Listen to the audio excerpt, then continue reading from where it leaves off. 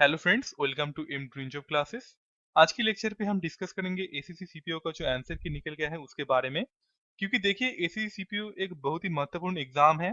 तो इससे जो सारी सब इंस्पेक्टर का पोस्ट है वो इसी के द्वारा ही फिलअप होती है। हाँ, अगर आप सीएफ को पकड़ेंगे तो अलग ही हो गया, पर जो सारी सब इंस्पेक्टर का जो बी ग्रेड का पोस्ट है वो इसी सीपीयू की तरह ही होती है। तो जिन्होंने एग्जाम को दिया था तो आई होप कि आपने आंसर की को अभी तक चेक करा ही होगा, क्योंकि जो आज का तारीख है वो है 2/8 और आंसर की 31/7 को ही निकल गया था।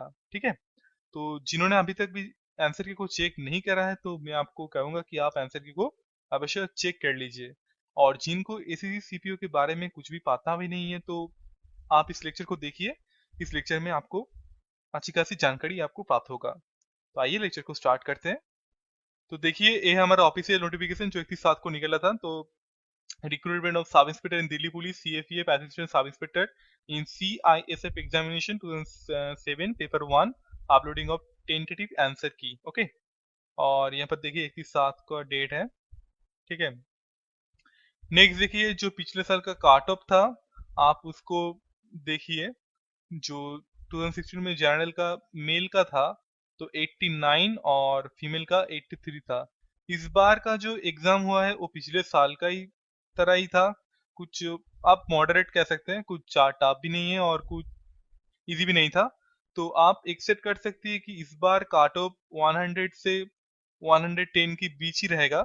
इससे ज्यादा तो होने की कोई आशा हमको नहीं दिख रही है इस हालात में। ठीक है,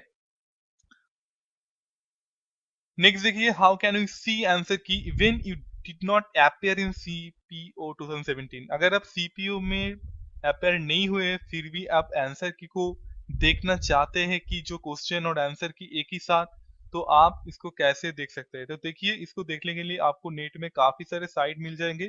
तो ऐसी एक साइट से आज मैं आपको रूबरू कराऊंगा। तो आप इस साइट से चेक कीजिए। इसमें सारी कुछ जो टॉपिक है स्टडी मटेरियल भी अच्छी खासी तरह से यहाँ पर दी गई है। तो आइए उस साइट पे हम जाते हैं। देखिए आप ब्राउजर पे जाके आप गूगल पे लिखिए एसीसी सीपीओ आंसर की। आंसर की आने के बाद आप नीचे जाइए और नीचे जाने के बाद क्यू मैथ का आपको साइट मिलेगा। आप क्यू मैथ को ओपन कीजिए। मैं पहले से ओपन करके रखा हूँ तो मैं ओपन करता हूँ।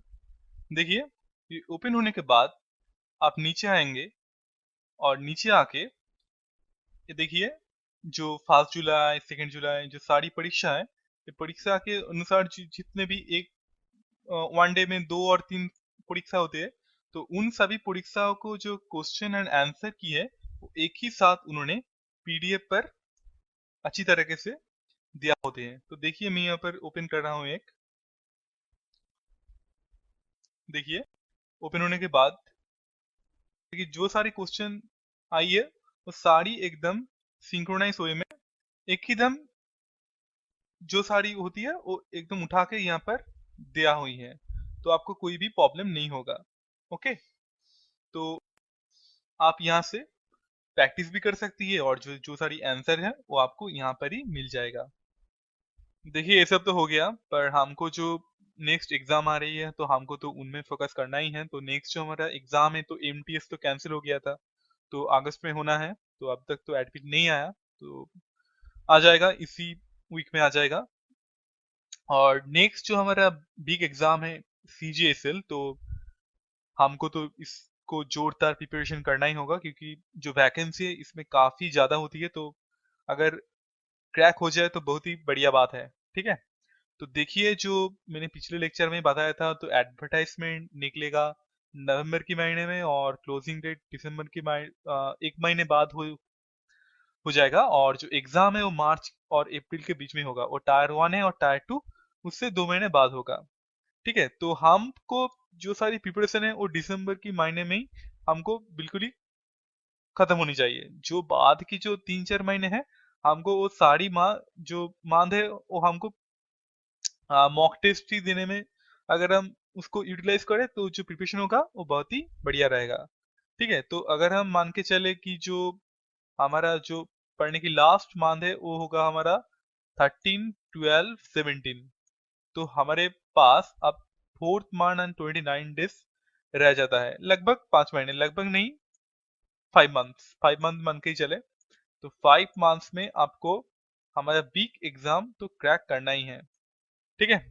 तो जिसने आंसर की चेक करा है तो देखिए आप 110 से ऊपर जा रहे हैं कि नहीं जा रहे हैं।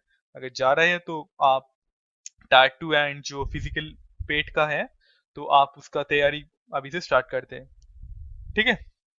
तो have a good day, bye.